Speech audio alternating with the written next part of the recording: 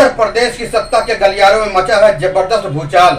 3100 करोड़ का बजट सिर्फ एक फैसले से हो गया लैप्स। स्मार्टफोन की जगह जबरन बांटे गए टैबलेट, ग्रीन बेल्ट में छेड़छाड़ और कंपनियों को बैकडेट में बढ़ गई सरकारी सब्सिडी। और यह सब उजागर किया है किसी विपक्षी नेता ने नहीं, बल्कि खुद सरकार के एक ताकतवर कैबिनेट मंत्री ने।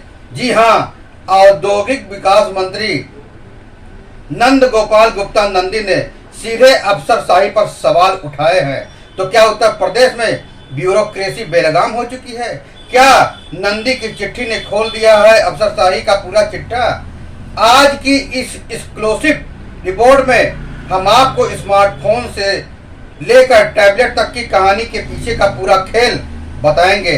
कैबिनेट की बैठक में महाकुंभ 22 जनवरी 2025 में स्मार्टफोन देने का ऐलान हुआ था, लेकिन 5 महीने बाद अचानक प्लान ही बदल दिया गया।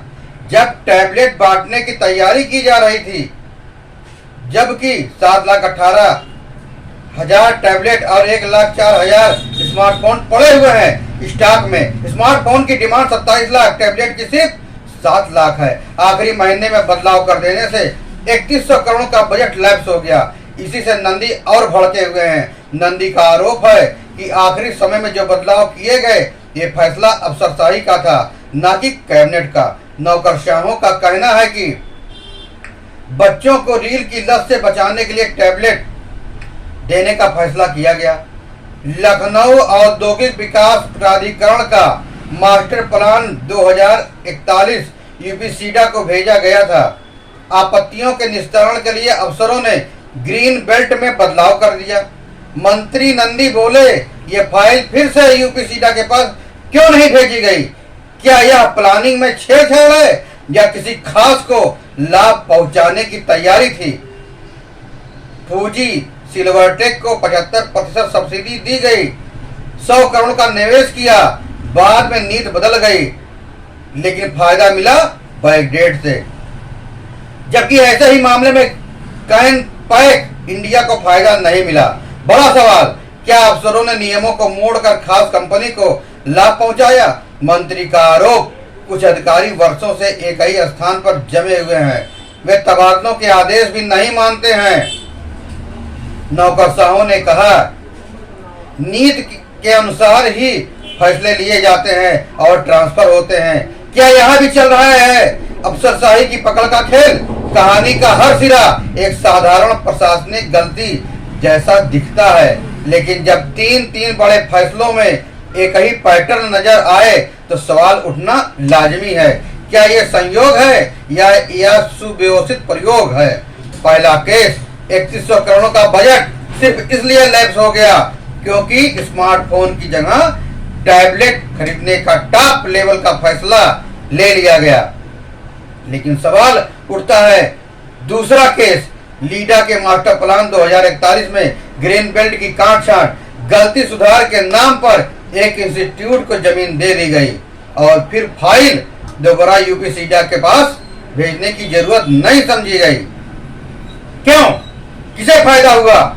तीसरा केस, एक कंपनी को एफडीआई नीति में बदलाव से पहले ही बैक डेट में सब्सिडी दे दी गई, जबकि दूसरी कंपनी को ऐसे ही मामले में लाभ नहीं दिया गया।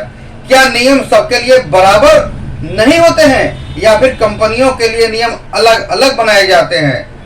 और जब यह सब उजागर करने वाला कोई बाहरी नेता या विपक्ष नहीं बल्कि खुद उत्तर प्रदेश सरकार का कैबिनेट मंत्री हो तो सवाल और भी गंभीर हो जाते हैं। क्या मंत्री नंद गोपाल गुप्ता नंदी की यह चिट्ठी सिर्फ अफसरशाही के बेलगाम होने की कहानी है या फिर यह सत्ता के भीतर चल रही कठिन खींचतान का संकेत है?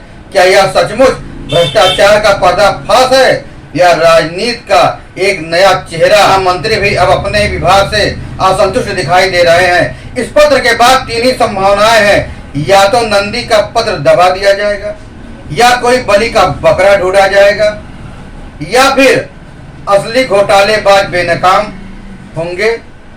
लेकिन कौन सी सच्चाई सामने आएगी, ये आने वाला वक्त ही बताएगा।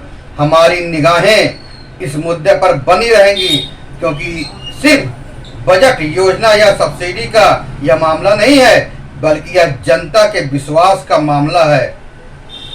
वीडियो पसंद आया हो तो लाइक करें, शेयर करें और सब्सक्राइब करें। KK7 न्यूज, जहां हम नहीं डरते किसी भी सवाल से, क्योंकि हमारे लिए सबसे बड़ी जवाबदेही जनता के प्रति है। फिर मिलेंगे एक नए खुलासे के साथ। तब तक याद रखें, कभी कभी चुप्पी सबसे बड़ा इशारा होती है। जय हिंद, वंदे मातरम, धन्यवाद।